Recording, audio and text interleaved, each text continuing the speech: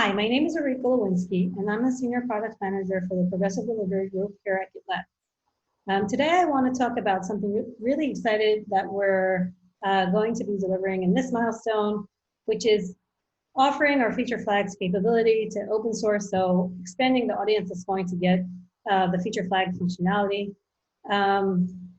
So this is the issue that we are delivering. A few months ago, we said that we were going to move a bunch of features into core, so into the open source offering, and feature flags is one of them, and I'm really excited that we were able to do this.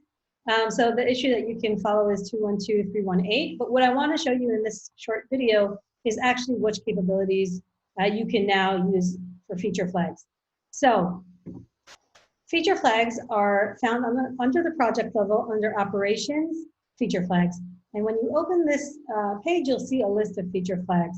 If you have not yet created feature flags, this is going to be an empty list, but we're going to go ahead and populate them with feature flags. So I just want to show you some of the capabilities and how to work with feature flags.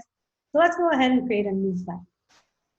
When you open a new flag, you can start entering different details and metadata about the flag. So let's just call this flag A. And we'll give it a short description. This is for feature A. And now we can go ahead and get into the interesting things, which is defining the strategies of the flag itself. So strategies actually are a definition of how your audience is going to get this feature flag and who is going to get this specific feature enabled for them.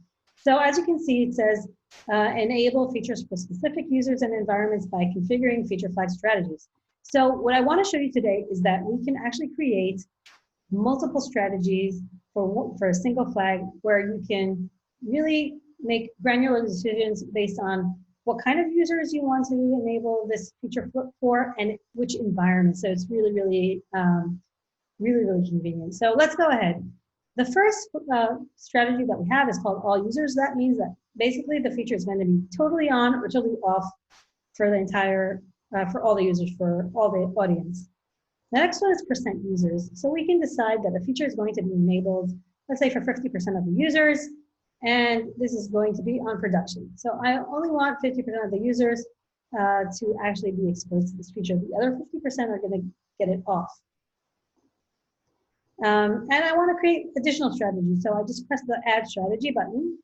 And now I want to create a strategy based on user IDs. So user IDs is actually user ID in your specific application separated by commas. So I'm just going to make up some user IDs here and create that for our dev environment. And I want to create another strategy that is based on user list. I have a predefined list here called my user list, but basically user list is a convenient way to manage user IDs. You can create a list that will hold several lists of user IDs, save it for use later on or for multiple times. It's very, very convenient. And I'm going to go ahead and create this feature flag. And we're back to our list, and you can see here that now we have this new flag that we created. It's currently on. You can toggle this on, or off, and you can see the environment specs. So you can see that for production, it's enabled for 50% of the users. For our dev environment, we enabled this for 3 users. If you remember, 11, 22, and 33, they were comma separated. And for all environments, I enabled my user list. Now, I'm not very happy with this all environments because I wanted to select a specific environment, so I can edit my flag, and I can select here for testing, for example. Okay, so I'm going to save my changes. And when you go back to the list, you can see that now the user list strategy is enabled for testing environment. Okay, so you can see that directly from this list, you can toggle flags on and off.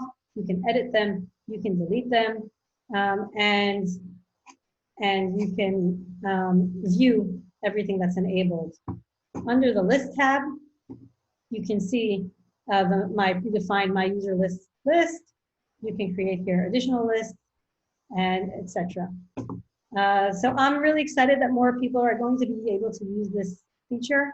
I'm really looking forward to any feedback that you have on it. And I want to wish you happy flagging.